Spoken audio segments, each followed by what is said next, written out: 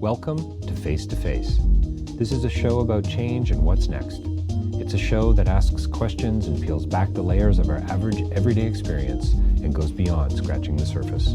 We interview people doing incredible things who are making a difference around the globe. Join me as we listen in and get one step closer to understanding that big ideas shared create collaboration. Collaboration can inspire community, and communities create social change. I'm David Peck, and this is Face to Face. Well, welcome to Face to Face Live. I've got a very special guest with me today on Face to Face Live, and we are actually now posting on Facebook and YouTube and getting a lot of great traction there, actually. So you can listen on the podcast, of course, Face to Face, iTunes, Spotify, but also you can catch us now and sometimes to seeing live interviews. And so I'm thrilled today to have Cody Westman here today talking about his new film, Hell or Clean Water, world premiere at Hot Docs. We talk about some of the festivals that are coming up for him and his team, and what a wonderful film. And you're going to love this film. I mean, and I hope you're going to really enjoy the interview. In fact, I'm pretty sure you will. Cody and I had a great time. Another one of those classics that could have gone on forever. And a few of my Hot Docs interviews this year have really been that way. That's just been such a delight to hang out with folks, even if it is digitally.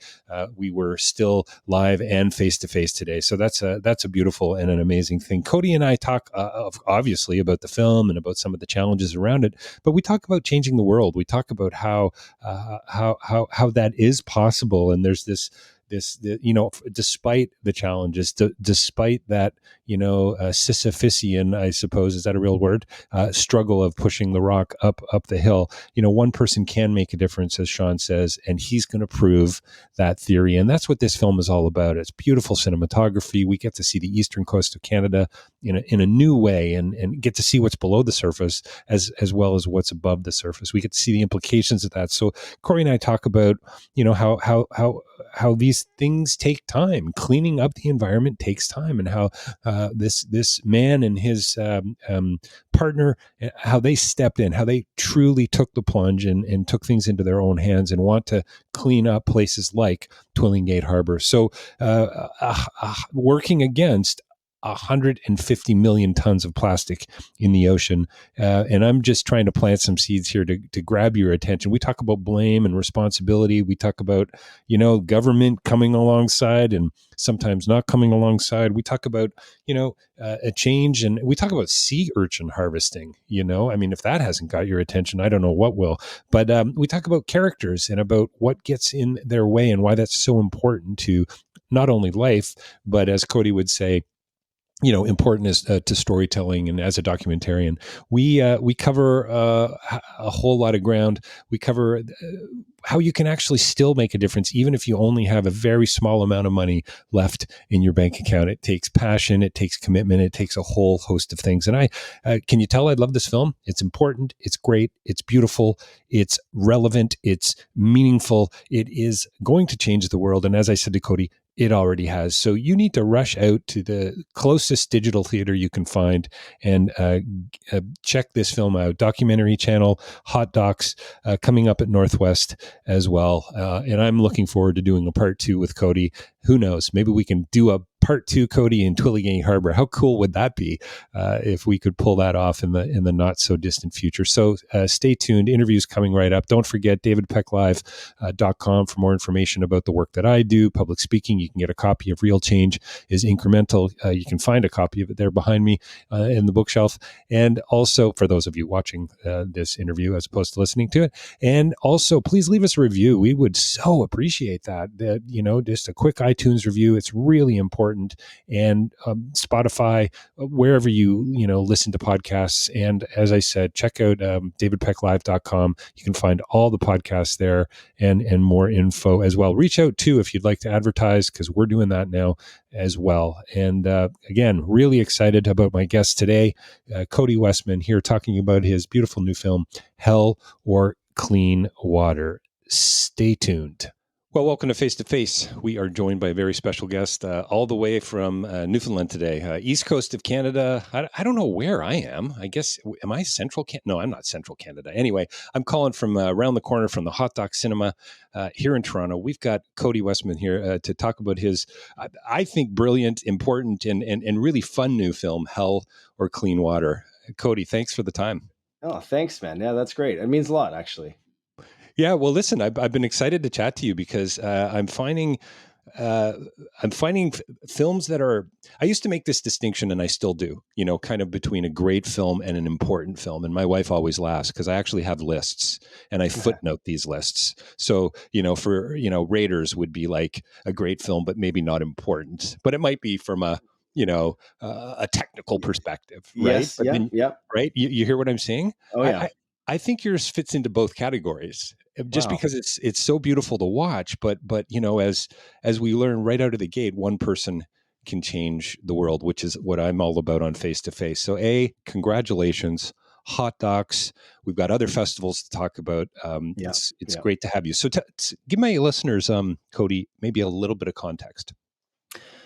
Well, Sean Bath is the main character. He's the guy that we started following, and he's a professional diver here in Newfoundland, and he's been diving for 21 years, doing the sea urchin harvesting. And so, he basically had after years and years of diving, swimming over all this trash that he sees in the harbors, he just said, I got to do something about it. He always thought that there'd be a program that came up that the government would pay for it, and they just never did. And so he started this thing called Clean Harbors Initiative in 2018, and then in 2019 he wrote me, because I do a lot of corporate and commercial video for a living, and so he wanted to get a price on a video to show his efforts at the time. And when he told me in the message, he said, to date I've removed over 15,000 pounds of trash by myself. I was like, man, this sounds like I'm interested, but it sounds like a lot more than just a short video. And I just kind of started, feeling him out, and, Right. and seeing if he would be interested in telling his whole story. And I mean, he was open to any kind of promotion and opportunity to get this off the ground. And so, but I had to really explain to him before we signed anything. It was like, dude, this is going to be, we're not going to just follow you around for like a month. We're going to follow you for at least a year. And it just went from there. I mean, he was open to it. We were already in discussions with Doc Channel about another project that fell through that we won't talk about.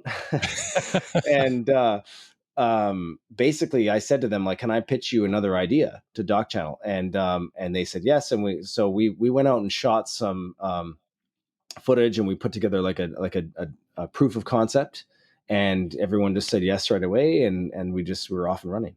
It's so surprising to me, and we got so many places to go. I so love the film, Cody, and I've got tons of notes. But as I said, I just really had a great time as well. I mean, it's going to exist as an academic document too. It seems to me. I don't know if you've even thought of that, but I really believe that. I think there's Yeah. so much going on here. So Sean says, and I quote, "One person can make a difference, and I'm going to prove this theory."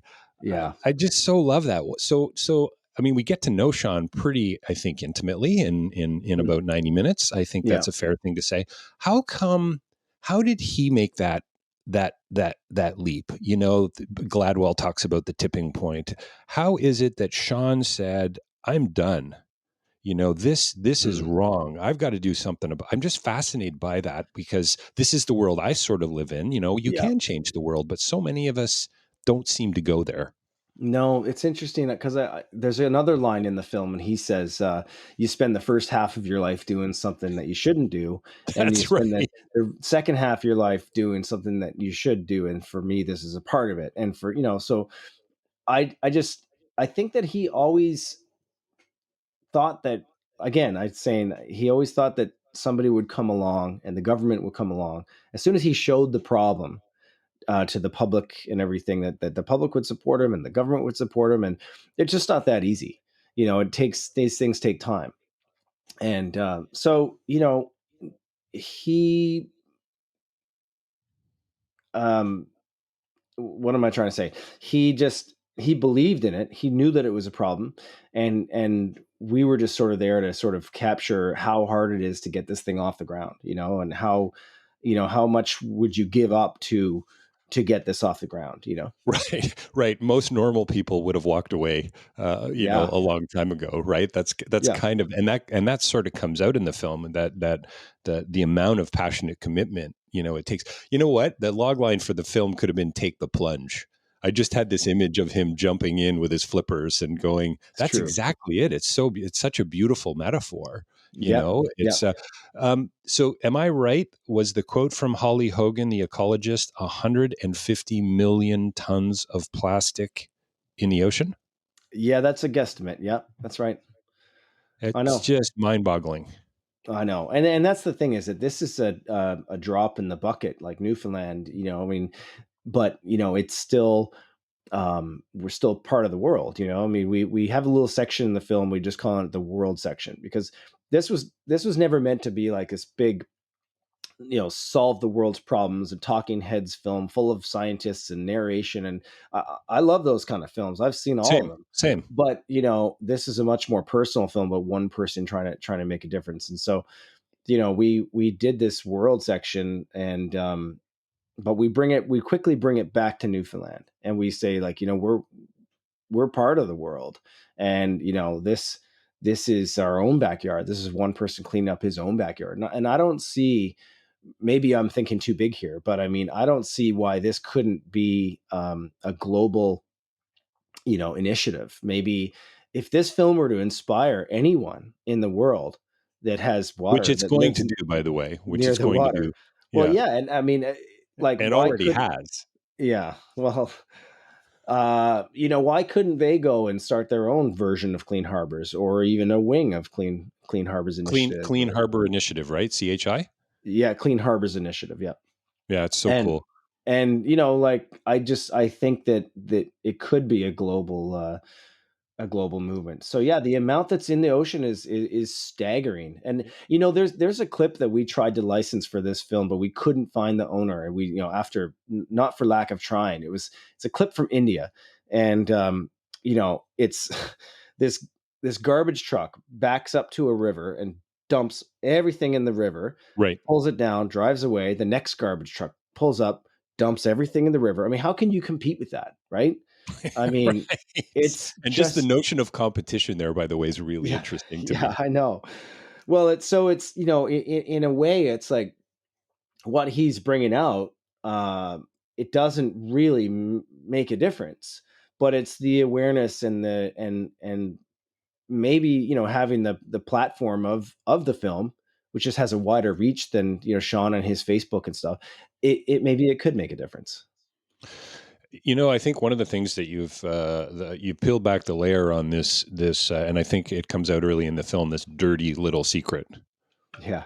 It's what I love about Heller Clean Water. What I love about CHI and what they're doing is it's no longer the secret that it was, Hmm. right? Yeah. And I wonder, do you feel like we're turning a corner at all? Popular culture wise, is it more of a Western distinction? Is it a global North thing? What do you think?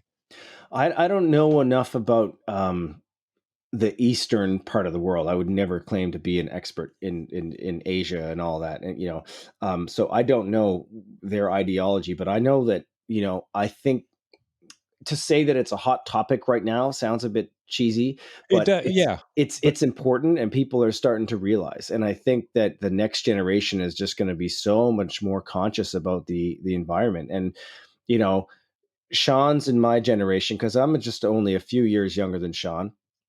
Um, we're doing something about it, but the generation before that was the one that really just didn't know enough. I mean, you can't blame them. I'm not trying to point fingers and blame anyone. I'm just trying to ride the line as a documentary filmmaker, and just tell the story and follow this guy. But you know a lot of these people back in the day, believe it or not, they used the ocean as the dump. I mean, and maybe it was the middle of the winter and they couldn't dig up the ground, whatever the excuse is. I mean, would you believe that they used to dump everything, and everybody admits it. I love that in the film. At least everybody says, I did it all the time. I used to just Yeah. take it, toss it over the side, and it was Yeah. like, you know, The bilge pump was kind of a moment for me. And yeah, I just went, bilge pump. Oh, okay. So it breaks down on your boat. You fix it, you just throw it over the side. yeah, There's like this immediacy and practicality almost. yeah. Um, this connects back to the question, Cody, that I have like for Sean and anyone who decides to try to change the world. Hmm. It fascinates me. Like, what's the drive? Because how is it that he all of a sudden decides, right? This is not good. You know, my father's passed away about 5-6 years ago. My dad was always kind of environmentally conscious. He'd pick up pop cans.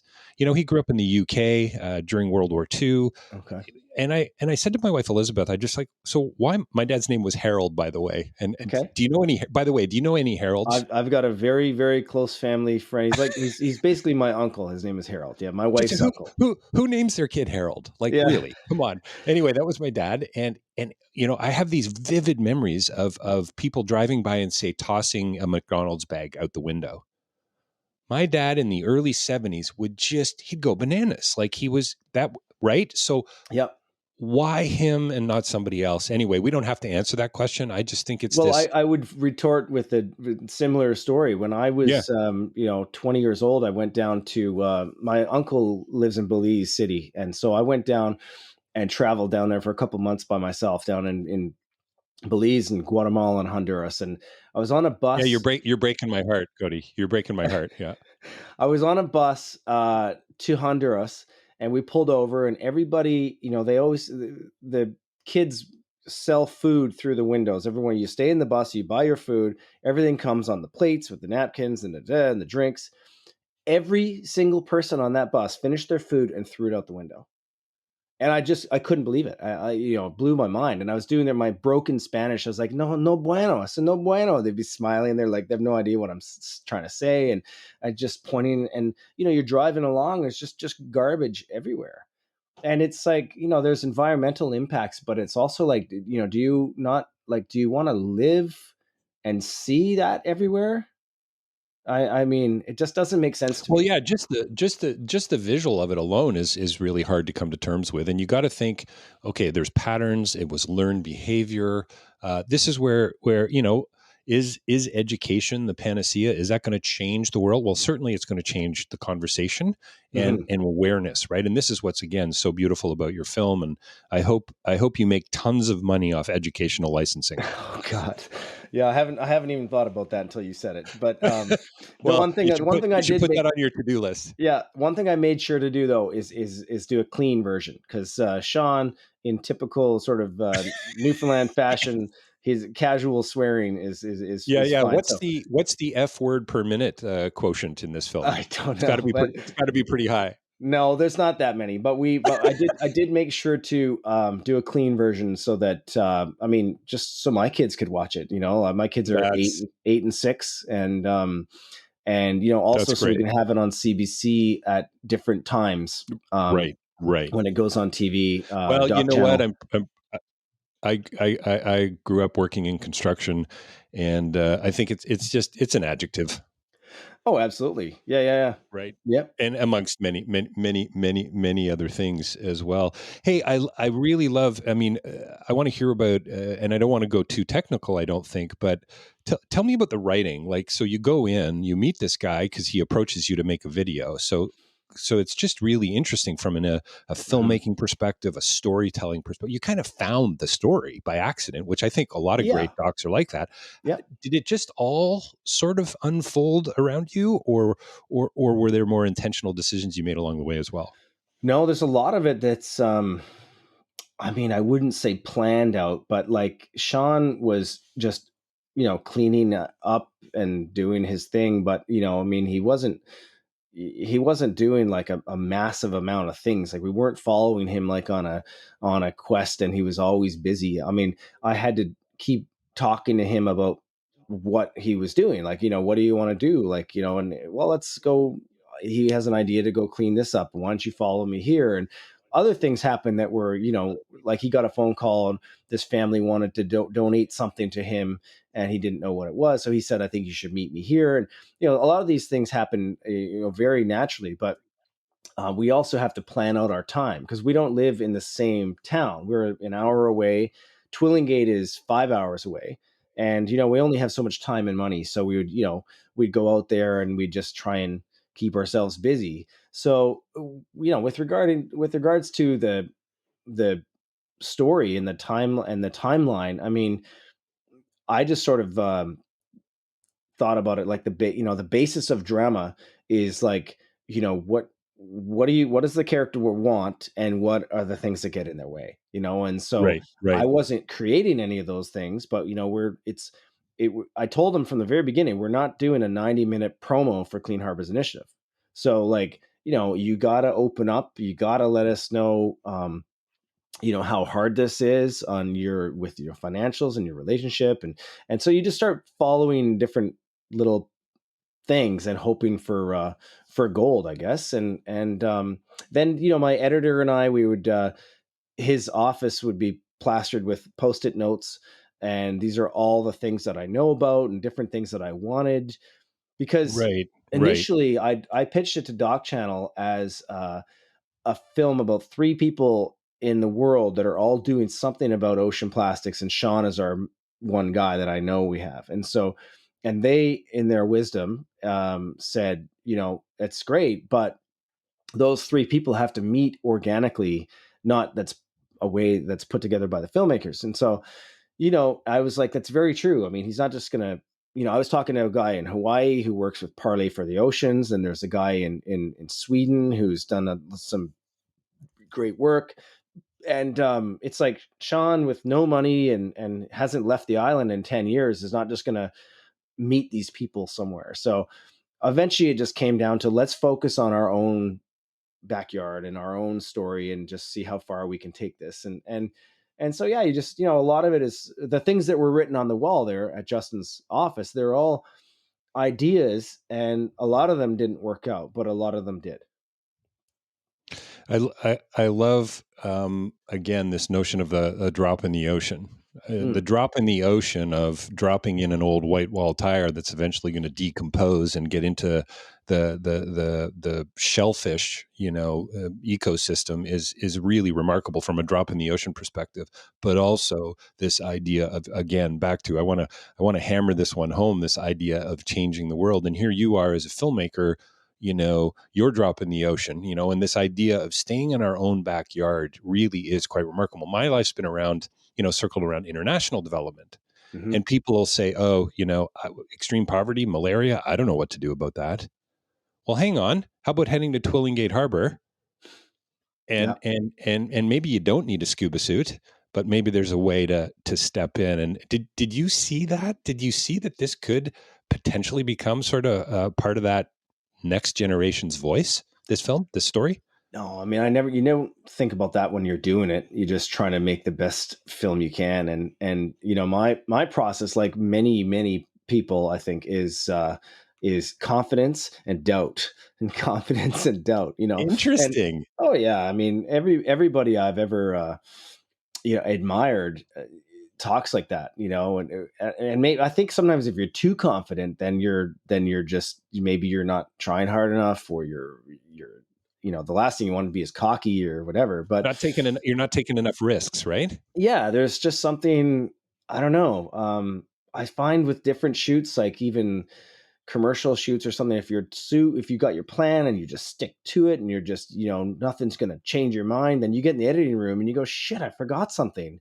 Like, I wasn't open enough on the day, Right, or I right. didn't look around. How come I didn't shoot more of this or more of that? Or how come we Got didn't it. keep the camera rolling for another 20 seconds? That's all I needed. Or it happens all the time. Right. So, I think, yeah, you don't think about that when you're in the middle of it. We were just trying to make sure that we got enough with Sean, and I guess sometimes I didn't know if Sean could carry it enough. You Right, know what I right. mean? But Yeah, then yeah. That after a makes sense. while, when you cut it together, you realize how charming he is, and his smile is infectious, and his, just he's really real, and Stanine Oh, is very real, and the authenticity really comes through, the transparency of it all, and just how it kind of I guess kind of all of this just sort of unfolded around them. I love the fact that he took the plunge yeah, without even really thinking about it in a yeah, way. yeah. Like, hang on, I can do something about it, therefore I'm going to. Yeah, and I mean, there's not that many people that actually swim around these harbors. Like, I mean, you could see some trash. A lot of harbors, you can actually just see it right from walking the wharf. Right, Some of of these course, ones, yeah. the wharfs are gone, right? The wharves have been destroyed, and that's why there's so much stuff there from years of these guys throwing stuff off the wharf. So where the wharf used to be on both sides is just full of tires and fishing gear and bottles, cans Car and batteries. batteries and all this stuff. And so, but there's not that many people that actually swim around there. So Sean Right. harvesting sea urchin in quite shallow water, which they do, he was the one who always saw it. And I think, yeah, he just got to a point there where he was out of work, he was on EI, and he just said, like, I got to do this. And as soon as I show this to the public, it's all going to work out. And da da da. Well, it took 2 years, and he's still struggling. I mean, And he's still, it's hard. Like, he's, even though he got a little money by the end of the film, spoiler alert, um, yeah, that's he, right. it's not enough. I don't know when it'll be enough, but it was something that he had to do. I love the shot early on in the film of how much money's left in his bank account. We won't call that out right now as a spoiler alert, just to be on that be sensitive to that. But it's, Yeah. again, it just shows you what might be involved if you really truly do want to, roll up your sleeves and really, sorry, I had to say it, dive in. Yeah. Yeah. It's Yeah. it's a challenge. But I think what's beautiful is he does it and he sticks to it and he is making a difference. And I think that's the huge takeaway for me. Um, can you talk a little bit about the filmmaking? There's so many. The cinematography is stunning. There's so many beautiful shots, and Yeah. I mean, I'm just thinking of the crab in the net and the knife. That whole sequence, Yeah. the tire montage, if I can call it that, is Mm, just yeah. it's mind-boggling, it's frightening, and yet kind of absurdly beautiful. Yeah, If and I you don't know what I even know mean. if Sean knew that there was a net there. I mean, he chose that place for us to clean up. Like, I mean, he was in charge of where we were going and what we're doing. Like I said, I didn't tell him what to do. And often when he'd ask me things that we should do, with, I don't know, interviews or whatever it was, I'd say, like, politely, I'd say, like, I'm not your manager. I'm just trying to document this. So you do you, right? But he took us to that spot, and he started cleaning up a few tires and a few pieces of garbage, and all of a sudden he pulls up, he says, there's a whole bunch of nets right here. And you're like, where? I mean, we can't see them. That's the whole thing that people said multiple times in the film. They said, out of sight, out of mind. I mean, sure enough, he was Right, standing right. with this huge net that had been thrown overboard years ago, and funny enough, it was all burnt. So you'd think somebody, like, threw it possibly in the winter or something, and then they tried to light it on fire, and then it just went out and eventually sunk. And it's only 10 feet from the shore, right?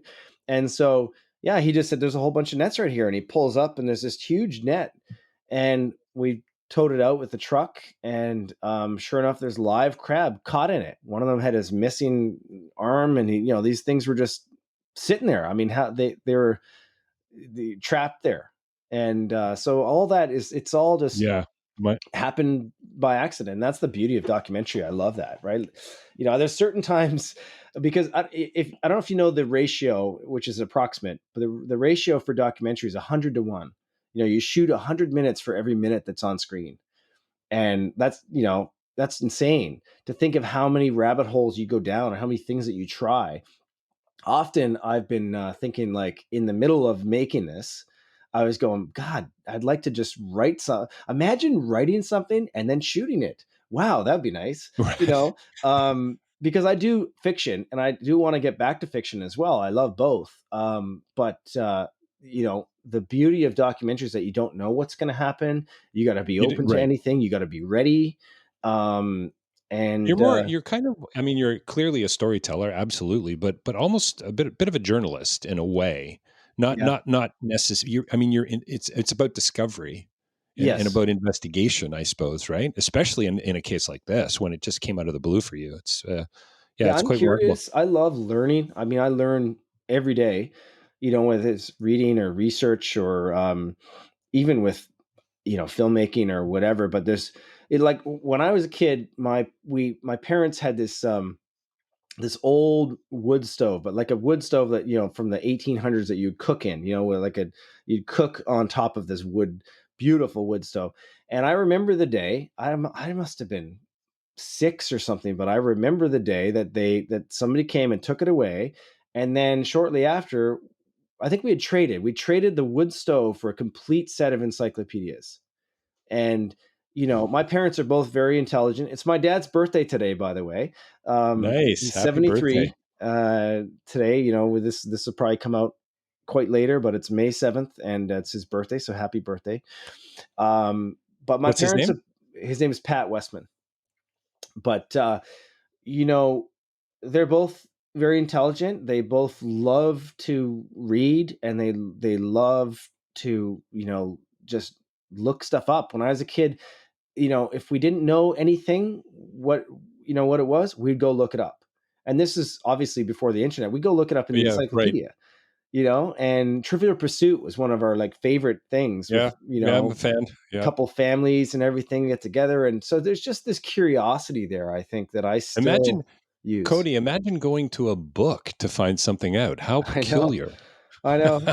I was telling my kids about that the other day about the library, and that's what we used to do. And I mean, now we literally have Hey Google in our house. Like, I mean, it's I'd have to ask my mother this. I'm pretty sure we had a set of encyclopedias that our dog ate all the backing off of. They were on the bottom shelf of a bookshelf, yeah, and it must have been the glue. And so we lost. You remember the way you'd get, whatever Britannica encyclopedia, and it'd be like A to C and then yeah, D to F, right? yeah, yeah. Is that the same set you Oh guys yeah, had? yeah, yeah, yeah, yeah. It was great. It's pretty cool, pretty charming. Yeah, Hey, music plays a significant role in your film. Again, the music is so good. It just it's not manipulative at all. I found it pulled me in, and it's also just super hopeful.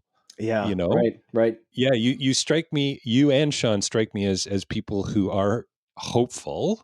How do you push back against the, I don't know, the cynicism, the fact that he didn't get the funding, it's Mm, hard, right? That yeah.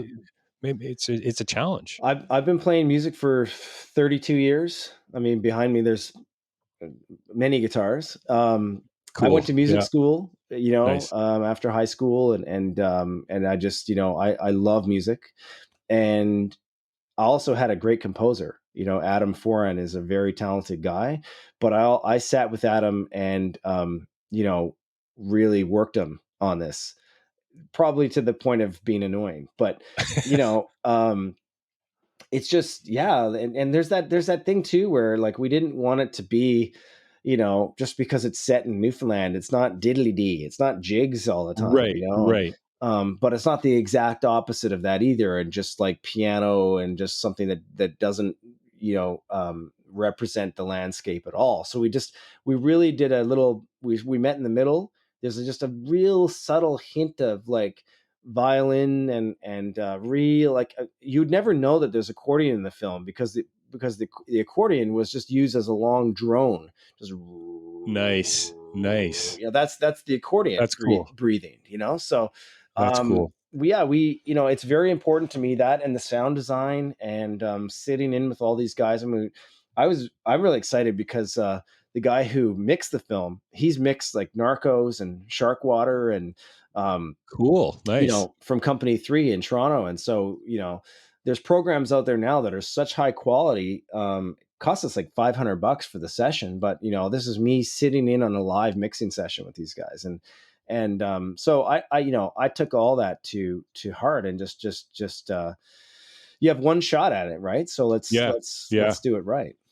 Yeah, no, it's beautiful. It really it comes through in the film, and I think what I also love about your film, I love a lot about it, as you can probably tell, but it's absolutely worth a second and a third viewing. And I think this is what I mean about, I mean, any great book, any great film, any great piece of art, it's worth going back to and revisiting. There's a lot going on in this, and I really mean it. But what I said about the Right. educational licensing, and That's interesting. Yeah. everybody needs to see this film. And what's beautiful is it's coming out of Eastern Canada.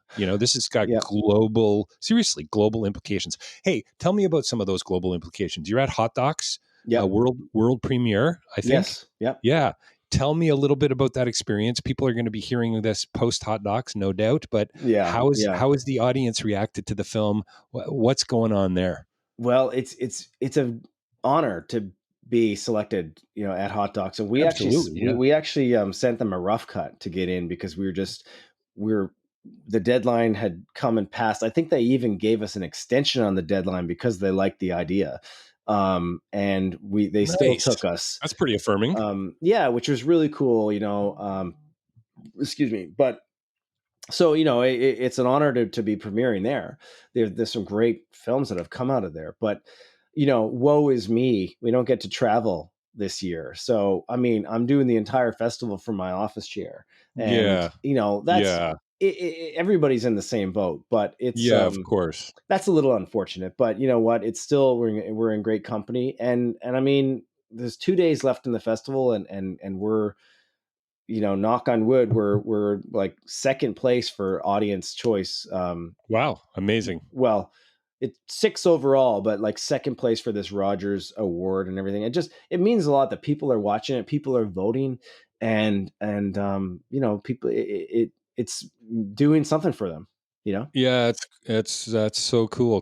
Congratulations. I Thank you. wish you all the success in the world with it. And where's it do you know yet where it's going to land ultimately, where people are going to be able to see it? I mean, this interview is going to be online for a long time. Yeah. Um yeah, Well, it was any produced in conjunction with the documentary channel. Like they're our main, that's the producer, library. funder, everything. So Doc Channel has it in Canada for 6 years, and we're happy about that. And then because of COVID last year, you know, screwing everything over, including the Hot Docs Festival, they did a thing on CBC called Hot Docs at Home, and so that was where they played all these Hot Docs films on CBC and CBC Gem. So later on in the summer, it'll It's be great. on Doc Channel, CBC, Gem, Beautiful. other festivals. We've applied to a bunch. There's a couple that we can't announce yet, but it's pretty Nice. exciting. Trying to get over Cool. into Europe, and then actually just starting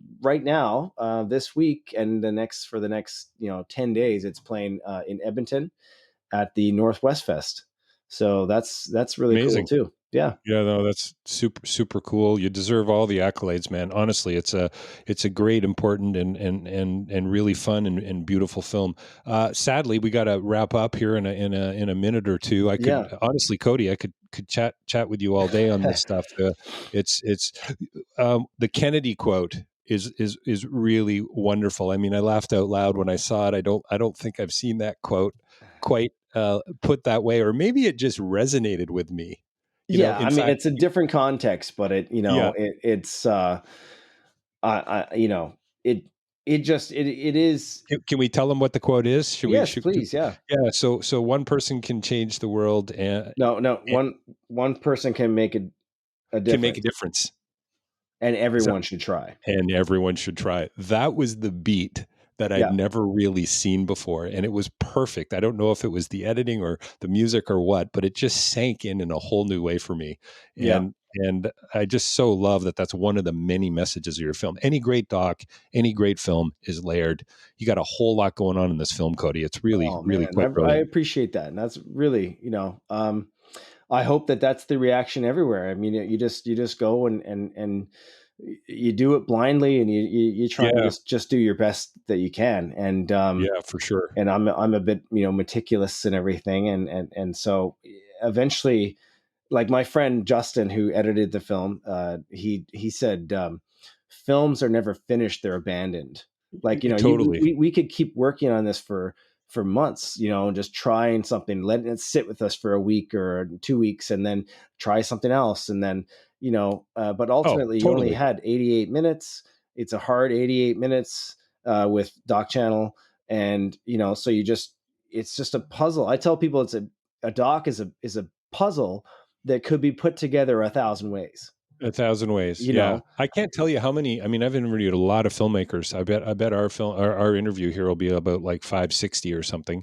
And the one of the messages is that usually the story is not what the filmmaker thought they were going to end up with going in, especially when a project spans 3 to 5 to 7 years. And that's not all that unusual, as you know, in the documentary world. But yeah, well, it's remarkable. I love what you've wound up with. Hell or Clean Water's the title. You got to see this film, everyone. Coming soon, at least, to a digital theater near you. Yeah, We've been talking to Cody Westman here today on Face to Face. Cody, thanks so much for taking the time today. Really, really appreciate it. Yeah, I appreciate it too, David. It's a great chat, man.